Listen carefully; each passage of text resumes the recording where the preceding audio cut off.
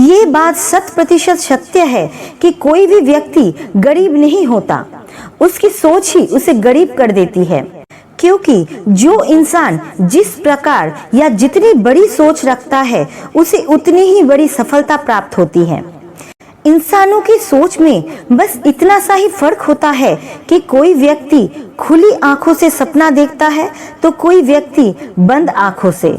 दोस्तों, आज इस वीडियो के माध्यम से हम उन बातों को जानेंगे जिससे आप एक ऐसी सोच विकसित करेंगे जिससे अपनी गरीबी को हमेशा के लिए समाप्त कर सकेंगे और फिर जीवन में कभी भी गरीबी नहीं देखनी पड़ेगी। एक समय की बात है, एक गुरु और शिष्य साथ में कहीं जा रहे थे। चलते चलते वो एक बड़े से खेत के पास पहुंचे।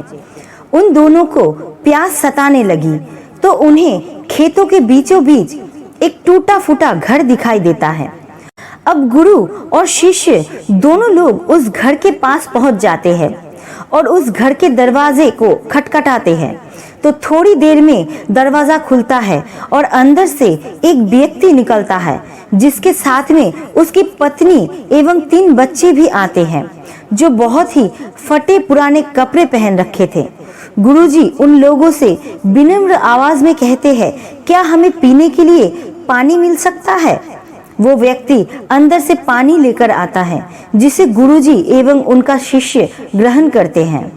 फिर अचानक गुरुजी उस व्यक्ति से कहने लगते हैं, आपका खेत तो बहुत बड़ा है परंतु इसमें कोई फसल नहीं है, फिर आप लोगों का गुजारा कैसे चलता है? गुरुजी की ऐसी बातें सुनकर वह व्यक्ति कहता है, गुरुजी हमारे पास एक भैंस है जो काफी दूध देती है, वही दूध बेचकर कुछ पैसे मिल जाते हैं जिससे हमारा गुजारा हो जाता है। इसी तरह बातों ही बातों में शाम हो जाती है तो गुरु ने सोचा आज की रात्रि हम यही रुक जाते हैं। इसके बाद गुरुजी उस व्यक्ति से रुकने की अनुमति मांगते हैं। वो व्यक्ति अनुमति दे देता है और गुरुजी वही रुक जाते हैं। आधी रात बीत चुकी थी, तभी अचानक गुरुजी नींद से उठ जाते हैं और अपने शिष्य के कान में जाकर एकदम धीरे से आवाज देते हैं, इधर से चलो, अब हमें यहाँ से चलना चाहिए और इसके भैंस को भी साथ में ले जाकर जंगल में छोड़ देना है। गुरुजी की ऐसी बातों को सुनकर थोड़े समय के लिए शिष्य को विश्वास नहीं हो पा रहा था, क्योंकि ये वही गुरुजी है जो इतना ज्ञान दिया करते थे, परंतु आज पहली बार किसी के साथ गलत करने के लिए बोल रहे थे। लेकिन शिष्य गुरु की बात को टाल भी नहीं सकता था। आखिर वो गुरु और शिष्य जंगल की तरफ उस भैंस को लेकर निकल पड़ते हैं और उस भैंस को जंगल में ले जाकर ऐसी जगह में छोड़ देते हैं जहां से उसका वापस आना बहुत मुश्किल था। इसके बाद वो गुरु और शिष्य वहां से चले जाते हैं, परंतु शिष्य के मन में यह बात हमेशा खटकती रहती थी।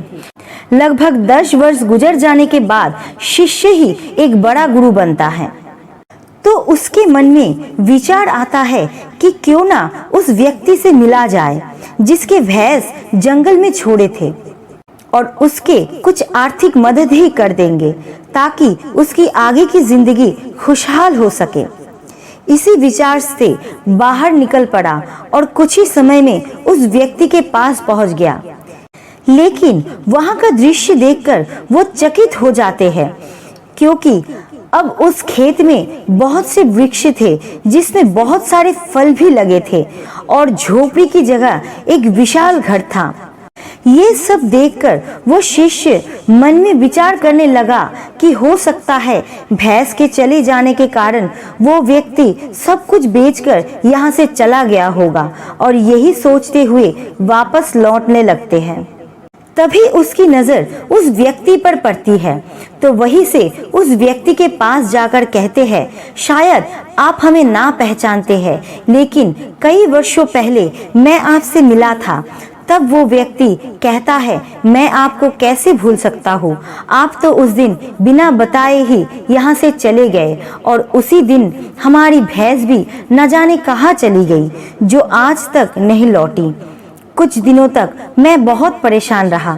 कुछ समझ नहीं आ रहा था कि अब क्या करें, परंतु जीने के लिए कुछ ना कुछ काम करना भी जरूरी था। इसलिए मैंने लकड़ियों को काटकर बेचने का काम शुरू किया। जो भी पैसे मुझे मिले उसे मैंने अपने खेतों में खर्च करके फसल उगा लिया। फसल बहुत अच्छी हुई, जिससे मैंने फलों का एक बगीचा लगवा दिया, जिस बगीचे में बहुत अच्छे फल लगे और आज मैं शहर का फल बेचने वाला सबसे बड़ा व्यापारी हो गया। लेकिन ये सब कुछ कभी ना हो पाता अगर वो भैंस यहाँ से ना गई होती, क्योंकि उसी भैंस के कारण मैं कोई दूसरा कार्य नहीं करना चाहता था। उसके जाने के बाद मैंने कार्य का दूसरा रास्ता चुना, जिससे मैं पैसा कमा सकूं। लेकिन आज मैं अपनी जिंदगी से बहुत खुश हूँ और शहर का सबसे बड़ा व्यापारी भी हूँ। यही बात सुनकर शिष्य कहता है, ये कार्य तो तुम पहले भी कर सकते थे। तब वो व्यक्ति बोला, कर तो सकता था, परंतु उस समय मेरी जिंदगी बिना मेहनत किए भी चल रही थी। इसी कारण मुझे कभी इस बात का एहसास ही नहीं हुआ कि मैं भी कोई दूसरा काम कर सकता हूँ। यही कारण है कि मैंने कभी कोशिश ही नहीं की। लेकिन भैंस के जाने के बाद मुझे इस बात का एहसास होने लगा कि मैं कोई दूसरा कार्य भी कर सकता हूँ, और मैंने उसी समय ये दृढ़ निश्चय किया कि अब अपनी जिंदगी में जो कुछ भी करूँगा अपने दम पर करूँगा।